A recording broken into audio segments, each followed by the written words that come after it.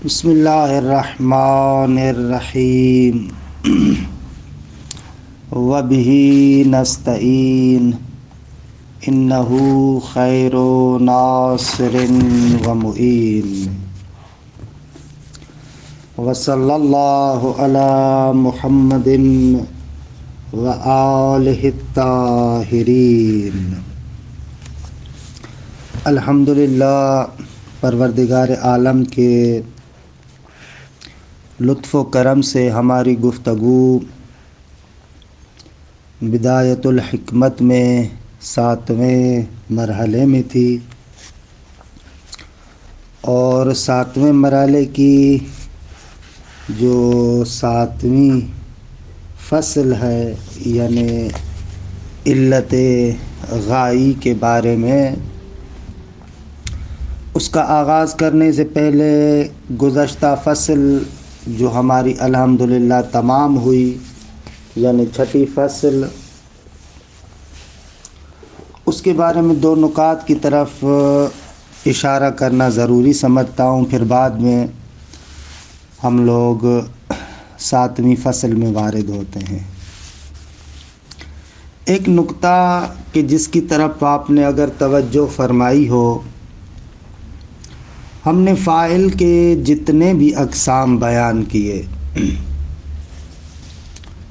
وہ سارے کے سارے اقسام خود انسان کے وجود میں پائے جاتے ہیں،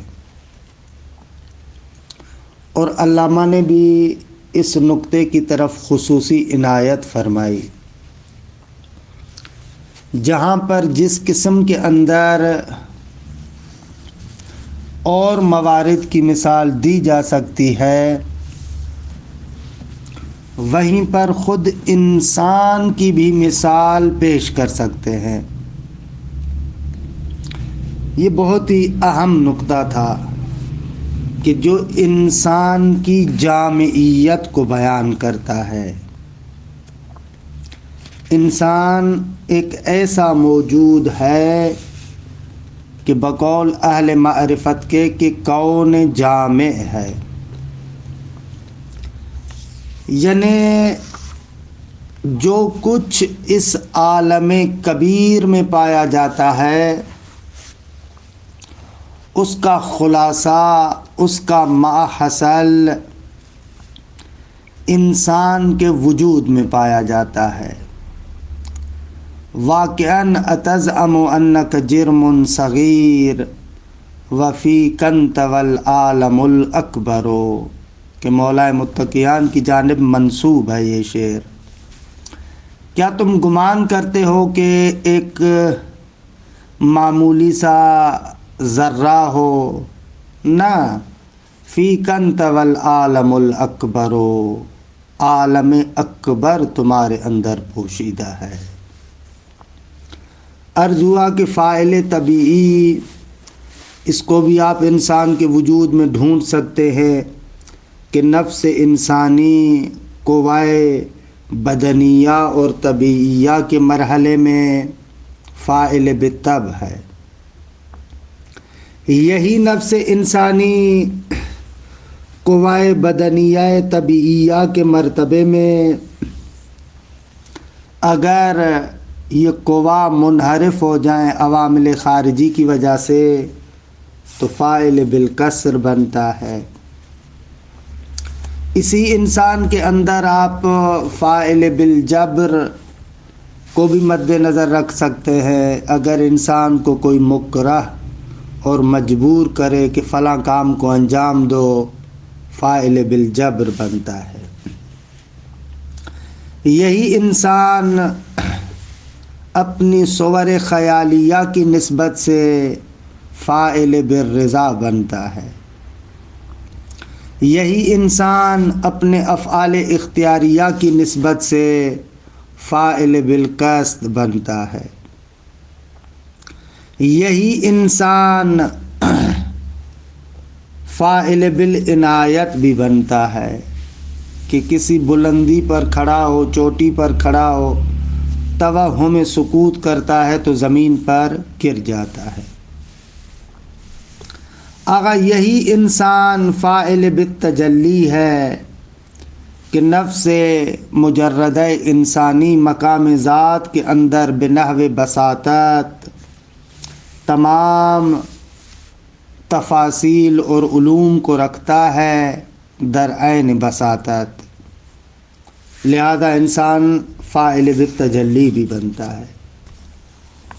یہی انسان فاعل بالتسخیر بھی ہے کہ خود انسان اور اس کا فعل مجموعاً پروردگار عالم کے لیے فعل قرار پاتا ہے۔ تو آپ نے دیکھا، ملاحظہ کیا کہ خود انسان کے اپنے وجود میں آپ تمام فاعل کے اقسام کو ڈھونڈ سکتے ہیں۔ یہ ایک مطلب کہ اس پر توجہ کرنی چاہیے، اور دوسرا مطلب جو اسی فصل کے ساتھ مربوط ہے، وہ جو آخر میں مرحوم علامہ نے فرمایا کہ فاعل بالجبر اور فاعل بالعنایہ یہ کوئی جداگانہ اقسام نہیں ہے، بلکہ فاعل بالجبر اور فاعل بالعنایہ کو آپ فاعل بالقصد کی طرف پلٹا سکتے ہیں۔ عرض کیا کہ اس کا تفصیلی بیان تو نہایہ میں ہے، لیکن اگر اجمالاً ان دونوں کے بارے میں بیان عرض کروں تو ایسے کہہ سکتے ہیں۔ دیکھیں، فاعل بالجبر میں کیا ہے کہ انسان اپنے فعل کا علم رکھتا ہے، اور بارہا عرض کیا کہ اس علم سے مراد وہ علم ہے کہ جو اس فعل کے اندر دخالت رکھتا ہے، لیکن ارادہ نہیں ہے، اس کو فاعل بالجبر کہتے ہیں۔ مرحوم علامہ رحمۃ اللہ علیہ فرماتے ہیں کہ یہ جو آپ کہہ رہے ہیں کہ فاعل بالجبر میں ارادہ نہیں ہوتا، یہ محل کلام ہے، یہ بات درست نہیں ہے۔ مثلا ایک بندے کو گن پوائنٹ پر اسلحے کے زور پر کہا جاتا ہے کہ بھئی تم فلاں آدمی کو قتل کرو، یا مثلا گن پوائنٹ پر اسے کہتے ہیں کہ تم فلاں کام کرو، مثلا اپنے گھر کو بیچ دو، تو اب ان موارد میں ایسے نہیں ہے کہ اس مجبور کرنے کی وجہ سے انسان کا ارادہ ہی ختم ہو جائے اور انسان کا فعل اس پتھر کی طرح ہو کہ جو بغیر ارادے کے اوپر سے نیچے گرتا ہے۔ نہ، ایسے نہیں ہے۔ درست ہے کہ گن پوائنٹ پر اس کو مجبور کیا جا رہا ہے، مکرہ کیا جا رہا ہے، لیکن اس کے باوجود اس کا فعل اس طریقے سے نہیں ہے جیسے آگ کا فعل مثلا حرارت ہے بغیر ارادے کے۔ نہ، ایسے بالکل نہیں ہے۔ انسان اس صورت میں اپنی مصلحت کو مد نظر رکھتا ہے، اور اہم ترین مصلحت کو مد نظر رکھتے ہوئے وہ فعل کا ارادہ کرتا ہے۔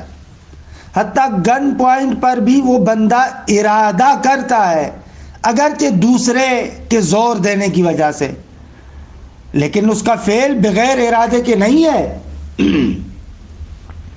فعل وہاں پر بھی ارادی فعل ہے۔ مثلا اس کے لیے میں مثال دوں، ایک بندہ کسی دیوار کے نیچے بیٹھا ہے، دیوار جیسے ہی گرتی ہے تو فوراً یہ بندہ اٹھتا ہے یا نہیں؟ اگر یہ دیوار نہ گرتی تو وہ وہیں پر بیٹھا رہتا، لیکن دیوار کے گرنے کی وجہ سے جیسے ہی گرنے والی ہوتی ہے یہ بندہ اٹھ جاتا ہے، خوب اٹھتا ہے اپنے ارادے کے ساتھ۔ اب یہاں پر آپ نہیں کہیں گے کہ دیوار کے گرنے نے انسان کو مجبور کیا، مجبور بھی این مانا کہ اس کا فعل بغیر ارادے کے ہو، نہ، یہاں پر بھی اس کا فعل ارادے کے ساتھ ہے۔ اسی طریقے سے اگر کوئی بندہ گن پوائنٹ پر آ کر اس کو مجبور کرتا ہے، عرفی لحاظ سے ہم اس کو کہتے ہیں مجبور کہنا، مکرہ، اکراہ جو ہوتا ہے، خوب یہ اکراہ بھی انسان کو ارادے کرنے پر مجبور کرتا ہے، انسان اس فعل کو اپنے ارادے کے ساتھ انجام دیتا ہے، اگرچہ دوسرے کے اکراہ کرنے کی وجہ سے ہے۔ عرفی اعتبار سے اس اکراہ پر وہ اکراہ والے آثار اور احکامات آپ بار کرتے ہیں، حمل کرتے ہیں، لیکن اس کا مقصد یہ نہیں ہے کہ اس کا فعل اصلاً بغیر ارادے کے ہو، عرفی اعتبار سے وہ مجبور کہلائے گا، لیکن فلسفی دقت کے اعتبار سے دیکھا جائے کہ یہاں پر بھی اس کا ارادہ ہوتا ہے، لہذا پہلی نظر میں ممکن ہے آپ اس کو فاعل بالجبر کہیں، لیکن دقت عقلی کے ساتھ یہ وہی فاعل بالقصد ہے، لیکن اس قصد کرنے پر اس کو آمادہ مثلا فلاں بندے کے زور نے کیا ہے، اکراہ کرنے والے کے اکراہ نے اس کو اس قصد پر مجبور کیا ہے۔ بہرحال یہ بھی وہی فاعل بالقصد ہوا۔ اچھا آ جائے فاعل بالعنایہ کی طرف، تو عرض کیا تھا کہ فاعل بالعنایہ پر جو مرحوم علامہ اشکال کرتے ہیں وہ اس مثال پر اشکال ہے کہ ایک بندہ کسی پہاڑ اور جبل کی چوٹی پر یا بلندی پر کھڑا ہو جائے، جیسے ہی توہم سکوت کرتا ہے تو انسان گر جاتا ہے۔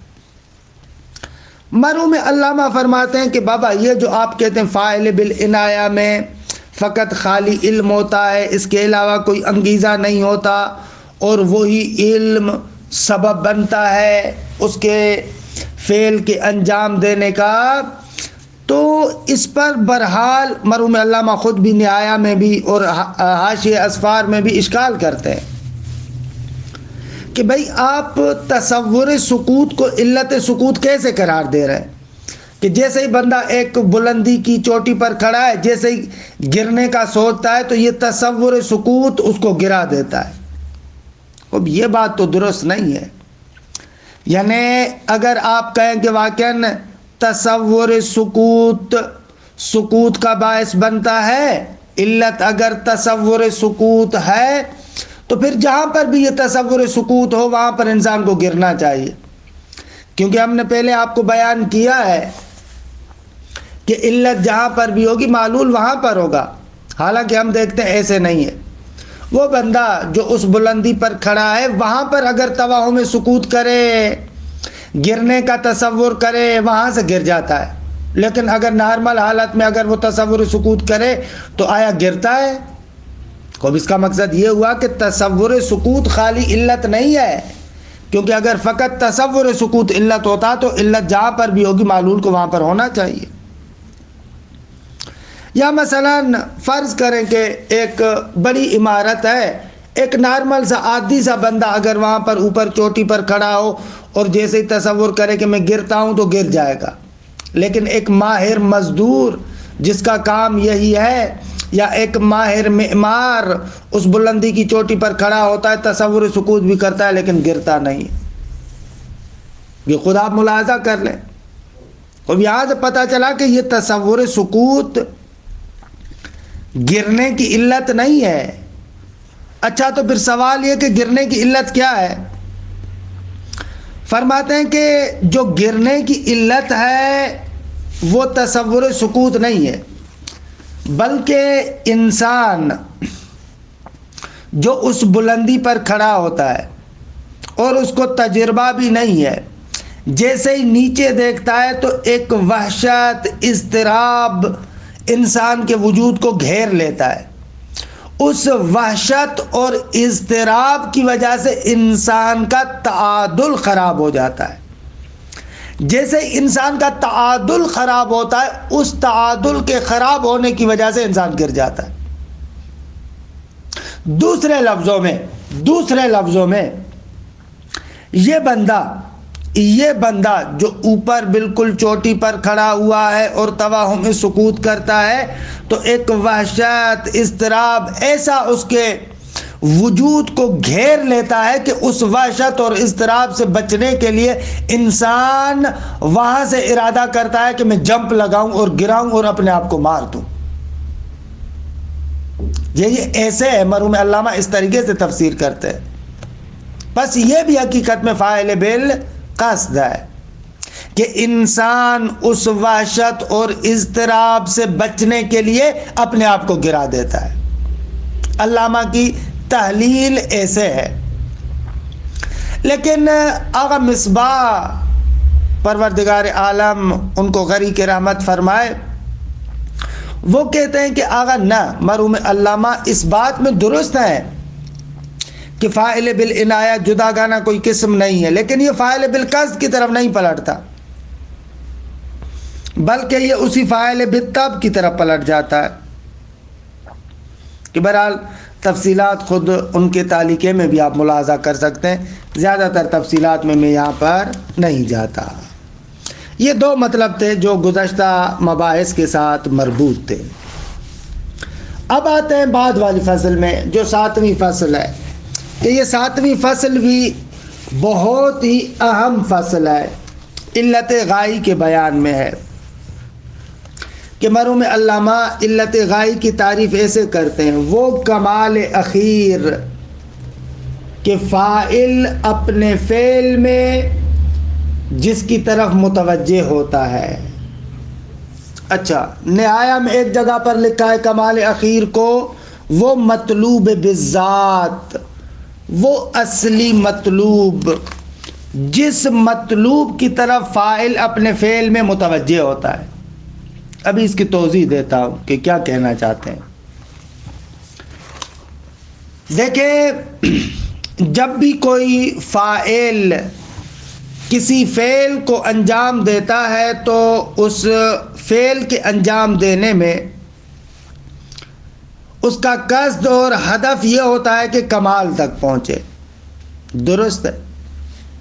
اچھا، جب بھی یہ فعل کو انجام دے گا چاہتا ہے کہ میں کسی کمال تک پہنچوں، تو اب کمال بھی مختلف ہو سکتے ہیں۔ ایک متوسط کمال ہوتا ہے اور ایک آخری کمال ہوتا ہے۔ وہ جو فاعل کے فعل میں آخری کمال مد نظر ہوتا ہے، اسی آخری کمال کو علت غائی کہتے ہیں۔ یعنی درمیان میں کچھ متوسط کمالات ہوتے ہیں، ان کمالات کو طے کر کے وہ جس آخری کمال تک پہنچنا چاہتا ہے اس کو علت غائی کہتے ہیں۔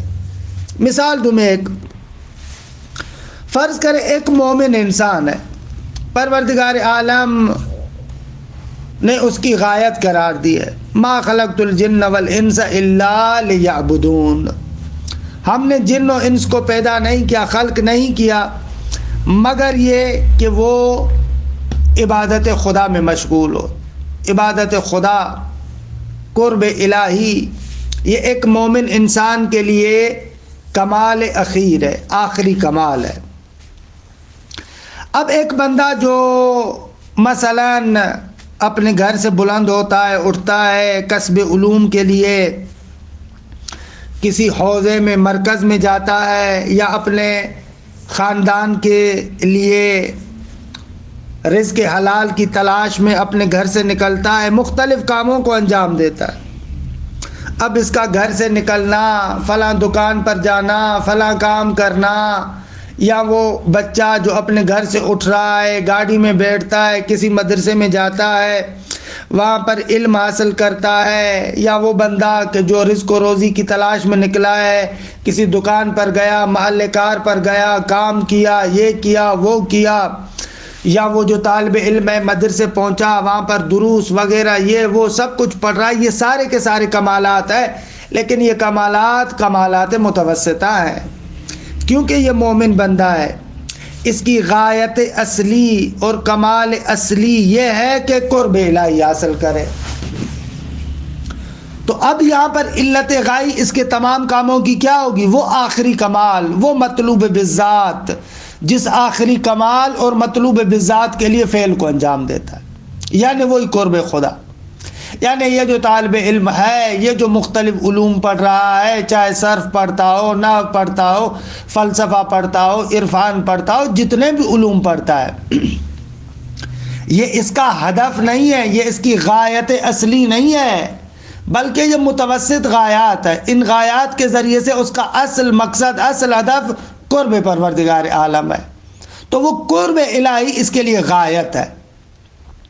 لہذا کہتے ہیں کہ حتیٰ کہ انسان اگر کسی بھی علم کو اس عنوان سے پڑھے کہ یہ فلاں علم ہے کہ جس کو میں حاصل کرنا چاہتا ہوں، فقط اس علم کو مد نظر رکھے اور غایت اصلی جو قرب الہی ہے اس کو مد نظر نہ رکھے، تو اس علم کا کوئی فائدہ نہیں ہے۔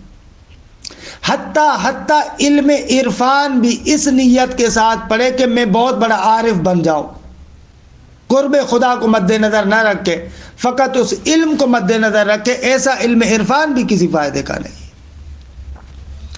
بقول بو علی سینا کے من آثر العرفان للعرفان فقط قال بسان، جو بندہ عرفان کو عرفان کی نیت سے پڑھے وہ بت پرست ہے۔ یہ بندہ بت پرست ہے کہ عرفان کو عرفان کی نیت سے پڑھ رہا ہے، نہ عزیز مان، حتیٰ کہ عرفان بھی اگر انسان پڑھ رہا ہے تو قرب الہی مد نظر ہو۔ بہرحال یہ اہم ترین نقطہ ہے، اسی وجہ سے کہتے ہیں کہ یہ جتنے ہمارے علوم اسلامیہ ہیں، ان تمام علوم کے اندر اصلاً قصد قربت ہونا چاہیے، قربتاً الی اللہ۔ اگر واقعاً یہ قصد کرے انسان، نیت کرے انسان کہ یہ جو میرا علم ہے، یہ جو میں پڑھ رہا ہوں، یہ جو میں زحمت کر رہا ہوں، یہ ساری کی ساری میری زحمت کس عنوان سے ہے؟ یہ میری ساری کی ساری زحمت اس عنوان سے ہے کہ میں قرب الہی حاصل کرنا چاہتا ہوں، قرب پروردگار عالم حاصل کرنا چاہتا ہوں۔ اگر بسا اوقات ایک مغالطہ دیتے ہیں کہ بابا میں کام شیطان کے لیے تو نہیں کر رہا، لیکن اگر ایک کام کا فقط شیطان کے لیے نہ ہونا کافی نہیں ہے، بلکہ انسان یہ قصد کرے کہ یہ قصد قربت کرے، انسان قربتاً الی اللہ کرنا چاہتا ہوں، کیونکہ ہو سکتا ہے کہ ایک کام نہ شیطان کے لیے ہو نہ خدا کے لیے ہو، بلکہ انسان اصلاً غافل ہو، غفلت میں گزار رہا ہو۔ غفلت یہ ہو سکتی ہے، لہذا انسان کا جو عمل بھی ہونا چاہیے اس عمل میں قصد قربت ہونا چاہیے، خدا کا تقرب مقصود ہو۔ اچھا، یہاں پر ایک اور نقطے کی طرف بھی توجہ کرو۔ ایک چیز ہے قصد قربت اور ایک چیز ہے قصد قربت کا تصور کرنا۔ ہمارے یہاں اکثر ایسے ہوتا ہے کہ ہم لوگ قصد قربت کو یا لفظ میں ڈھونڈتے ہیں یا اس کا ذہن میں تصور کرتے ہیں، اس کو ذہن میں دوہرا دیتے ہیں۔ عزیز مان، یہ قصد قربت کے الفاظ دہرانا یا قصد قربت کا تصور کرنا خود قصد قربت نہیں ہے۔ قصد قربت اور ہے، قصد قربت کا تصور کرنا اور ہے۔ مہم یہ ہے کہ انسان خود قصد قربت کرے، واقعاً اس فعل سے اس کا مقصد یہ ہو کہ میں خدا کو راضی کرنا چاہتا ہوں، قربت الہی کو چاہتا ہوں۔ اس صورت میں ہے کہ انسان واقعاً قصد قربت کرتا ہے۔ اب اگر قصد قربت کے ساتھ ہونا تو اس کا جو بھی عمل ہوگا، جو بھی فعل ہوگا، وہ رنگ الہی اختیار کرے گا۔ خلاصہ کلام، علت غائی یعنی وہ کمال اخیر، وہ مطلوب بالذات، جس مطلوب بالذات کو فاعل اپنے فعل کے اندر ڈھونڈتا ہے، اسے کہتے ہیں علت غائی۔ اچھا، یہاں پر چند نکات کی وضاحت ضروری ہے۔ اولاً جب بھی کوئی فاعل فعل کو انجام دیتا ہے تو فاعل دو طرح کا ہوتا ہے، یا تو فاعل علمی ہے یا فاعل غیر علمی ہے۔ دوسرے لفظوں میں، جو فاعل فعل کو انجام دے رہا ہے اس کا فعل یا تو اس کے علم سے سرچشمہ لیتا ہے، یعنی اس کا علم اس کے فعل میں دخالت رکھتا ہے، یا تو فاعل ایسا ہے کہ جو فاعل طبیعی یا فاعل کسری کی طرح ہے، یعنی اس کو اپنے فعل کا علم نہیں ہوتا۔ تو اب ان دونوں جگہوں پر علت غائی فرق کرے گی۔ اگر فاعل علمی ہو تو وہاں پر علت غائی کہیں گے مال اجلہ الحرکہ یا مال اجلہ الفعل۔ علت غائی یعنی وہ چیز جس کی وجہ سے اس فعل کو انجام دیتا ہے۔ مثلا یہ مدرسے میں آیا، پڑھنے کے لیے آیا، کیوں آیا؟ تاکہ قربت الہی حاصل کرے۔ اب پس فاعل علمی کے اندر جو علت غائی ہے اس کو کہتے ہیں مال اجلہ الفعل، جس کی وجہ سے فاعل فعل کو انجام دیتا ہے۔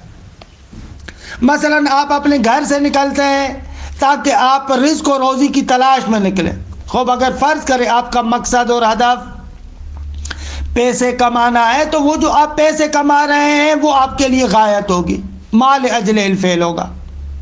پس فاعل علمی کے اندر علت غائی کی تعریف کرتے مال اجل الفعل، جس کی وجہ سے فاعل فعل کو انجام دیتا ہے، یعنی وہ ہدف، وہ مقصد، جس ہدف اور مقصد کی وجہ سے فاعل فعل کو انجام دیتا ہے، فاعل علمی میں ایسے۔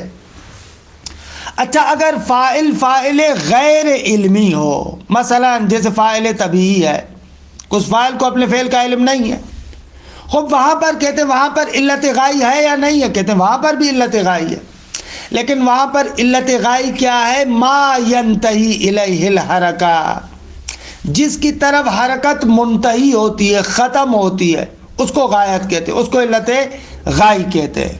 مثال کے طور پر آپ ایک بیج زمین کے حوالے کرتے ہیں تاکہ یہاں پر ایک پیڑ کو اگائے، خوب اس بیج کی حرکت کرتا ہے جس نقطے پر پہنچنا چاہتا ہے، یعنی پیڑ بننا، ثمر دینا، خوب وہ جو پیڑ بننا اور ثمر دینا ہے یہ ما ینتہی الیہ الحرکہ، اس کی حرکت کی انتہا وہاں پر ہوتی ہے، خوب اسے ہم کہیں گے اس کی غایت۔ بس آپ کہہ سکتے ہیں کہ ایک لحاظ سے علت غائی کی دو قسمیں، یا علت غائی فاعل علمی کے لیے ہے کہ وہ مال اجل الحرکت ہے، جس کی وجہ سے حرکت کر رہا ہے، جس کی وجہ سے فعل کو انجام دے رہا ہے، وہ بنے گی علت غائی۔ اور دوسرا نقطہ، اگر فاعل غیر علمی ہے تو وہاں پر علت غائی ہوگی ما ینتہی الیہ الفعل، جہاں پر فعل کا کیا ہوتا ہے؟ اختتام ہوتا ہے، انتہا ہوتی ہے۔ درست ہے آغا جان؟ اچھا یہ ایک نقطہ۔ دوسرا نقطہ جو یہاں پر قابل تأمل ہے اور معمولاً اس کی طرف توجہ نہیں کی جاتی، اور مرحوم علامہ نے بھی یہاں پر عبارت میں اس کو سربستہ طریقے سے ذکر کیا، تفصیل سے ذکر نہیں کیا۔ ہمارے پاس ایک ہوتی ہے علت غائی اور ایک ہے غایت، ان دونوں میں فرق ہے، اس پر توجہ کیجیے گا۔ علت غائی اور غایت میں تفاوت سمجھنے کے لیے مثال دوں میں آپ کو۔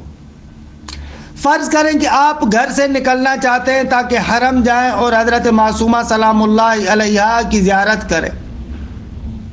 خوب آغا آپ کا ہدف اصلی یہاں پر کیا ہے؟ حضرت معصومہ کی زیارت کرنا۔ یہ آپ گھر سے نکلتے ہیں، خوب جیسے ہی آپ گھر سے نکلتے ہیں حرم میں پہنچتے ہیں، آپ زیارت کرتے ہیں۔ یہ جو آپ حرم میں پہنچ کر زیارت کرتے ہیں اس کو علت غائی نہیں کہتے، کیونکہ یہ تو آپ کے فعل سے متاخر ہے۔ آپ گھر سے نکلے، حرم پہنچے، وہاں پر زیارت کی، یہ آپ کے فعل سے متاخر ہے، فعل کے بعد ہے۔ جیسے آپ گھر سے جائیں گے، حرم پہنچیں گے اور زیارت کریں گے تو زیارت متحقق ہوگی نا، یہ آپ کے فعل سے متاخر ہے۔ اور علت غائی فعل سے پہلے ہونی چاہیے، نہ کہ فعل سے متاخر، کیونکہ علت فعل پر تقدم رکھتی ہے، اور یہ جو خارج میں زیارت متحقق ہو رہی ہے یہ آپ کے فعل کے بعد متحقق ہو رہی ہے، لہذا یہ جو فعل کے بعد متحقق ہو رہی ہے اس کو ہم علت غائی نہیں بلکہ غایت کہیں گے۔ کیا کہیں گے؟ غایت کہیں گے۔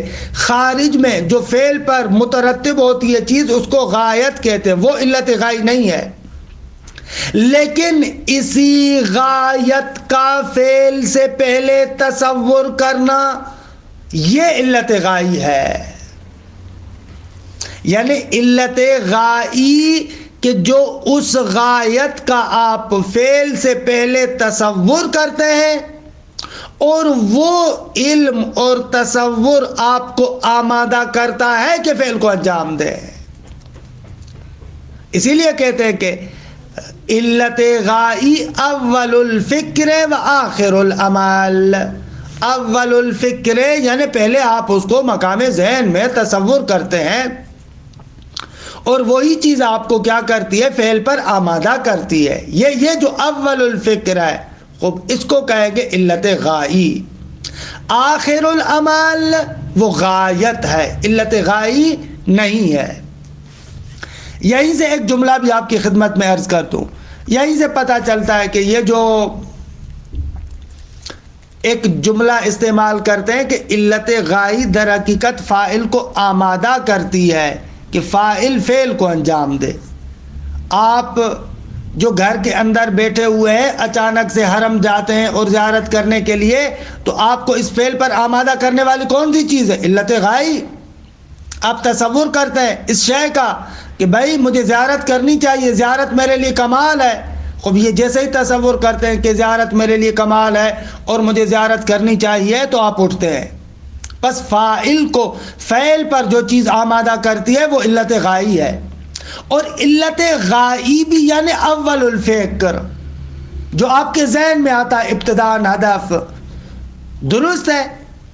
پس غایت جب مقام علم میں ہوتی ہے اور فاعل کو فعل پر آمادہ کرتی ہے اس وقت ہم اس کو علت غائی کہتے ہیں. لیکن وہی غایت جب خارج میں فعل پر مترتب ہو تو اس کو علت غائی نہیں بلکہ غایت کہیں گے. اچھا، یہ ایک نقطہ کہ جس کی طرف توجہ کرنی چاہیے. سوال کریں آپ پلٹ کر، اگر اس صورت میں تو علت غائی فقط فاعل علمی کے لیے ہوگی. وہ فاعل علمی ہے کہ جو پہلے فعل سے پہلے اس غایت کو تصور کر سکتا ہے، اس کا علم آ سکتا ہے. لیکن فاعل غیر علمی میں آپ علت غائی کیسے بنائیں گے؟ فرض یہ کہ اس کو تو علم نہیں ہے. اس کا جواب بھی خوبصورت طریقے سے دیا جا سکتا ہے. اس کا جواب یہ ہے کہ اگر درست ہے فاعل غیر علمی جیسے فاعل طبی وغیرہ ہے وہاں پر علم نہیں ہے، لیکن وہاں پر علت غائی وہ میل کی شکل میں ہے، جو میلان تمایل ایک فعل خاص کی طرف ہوتا ہے. یہ جو میل اور میلان اور تمایل فعل خاص کی طرف ہوتا ہے یہ علت غائی ہے.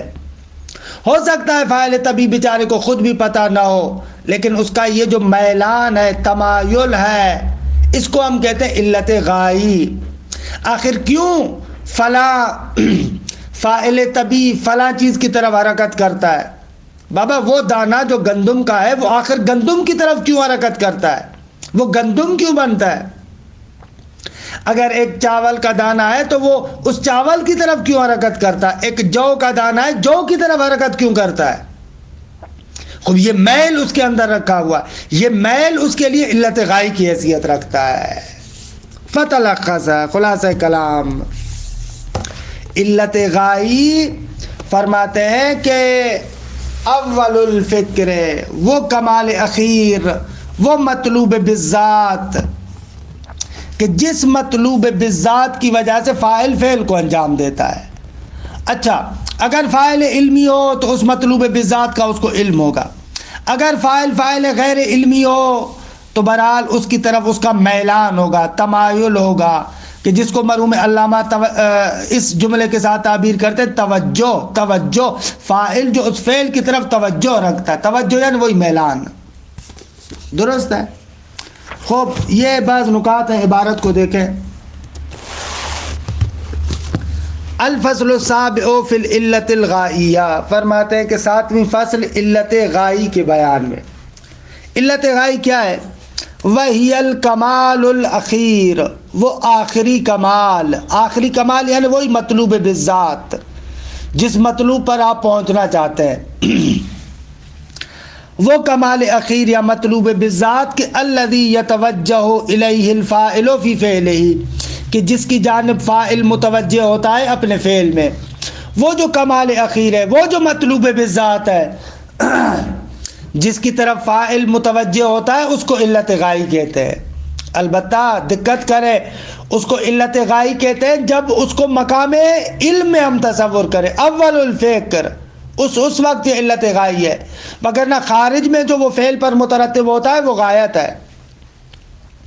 فَإِنْ كَانَ لِعِلْمِ الْفَاعِلِ دَخْلٌ فِي فَاعِلِيَّتِهِ. عرض کیا تھا نا کہ گزشتہ اقسام میں مرحوم علامہ جو کہہ رہے تھے کہ فاعل کو یا فعل کا علم ہے، مراد یعنی ایسا علم کہ جو اس کی فاعلیت میں دخالت رکھتا ہو.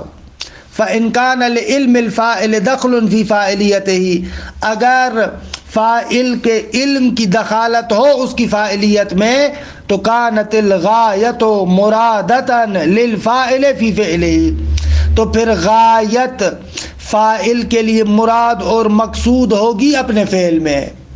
یعنی اگر فاعل علمی ہے تو پہلے مقام پر اس غایت کا تصور کرتا ہے، اس ہدف کا تصور کرتا ہے، پھر اسی ہدف کی تحصیل کے لیے فاعل فعل کو انجام دیتا ہے.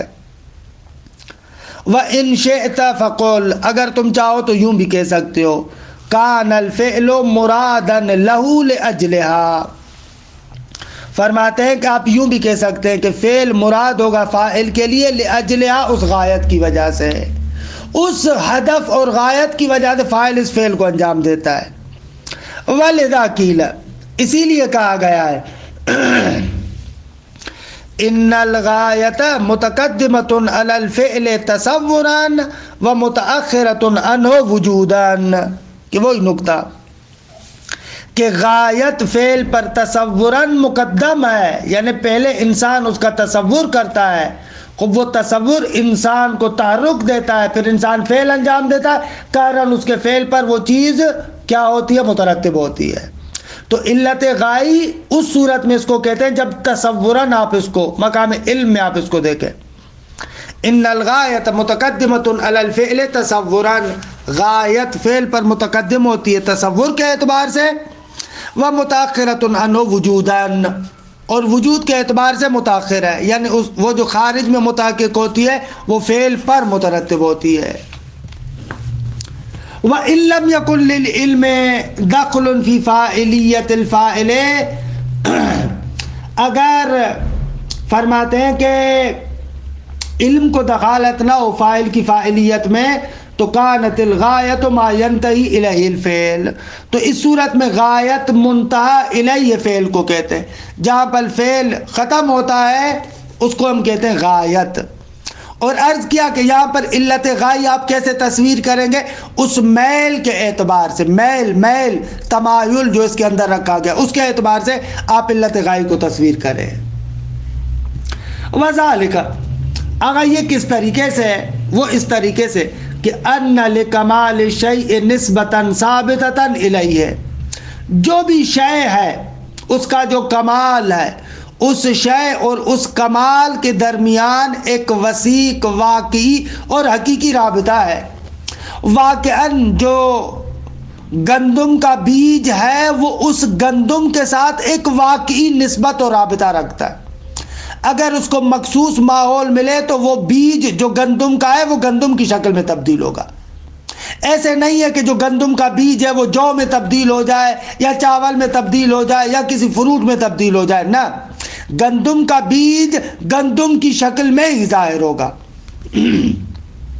یہاں سے پتہ چلتا ہے کہ ایک شے کا جو کمال ہے وہ اس شے کے ساتھ واقعی اور حقیقی رابطہ رکھتا ہے. وذالک ان لکمال الشیء نسبتا ثابتتا الیہ، ایک شے کے کمال کی واقعاً ایک ثابت واقعی اور حقیقی نسبت ہوتی ہے اس شے کی طرف. فہو مقتضٍ لکمالہ، وہ شے تقاضا کرتی ہے اس کے کمال کا، وہ جو اس کا کمال ہے اس کا واقعاً تقاضا کرتی ہے وہ چیز. وَمَنْعُهُ مِنْ مُقْتَضَاهُ دَائِمًا أَوْ فِي أَكْثَرِ أَوْقَاتِ وُجُودِهِ كَسْرٌ دَائِمِيٌّ أَوْ أَكْثَرِيٌّ، کہ انشاءاللہ اس کی وضاحت کل کریں گے. وصلی اللہ علی محمد وآل بیتہ الطیبین الطاہرین.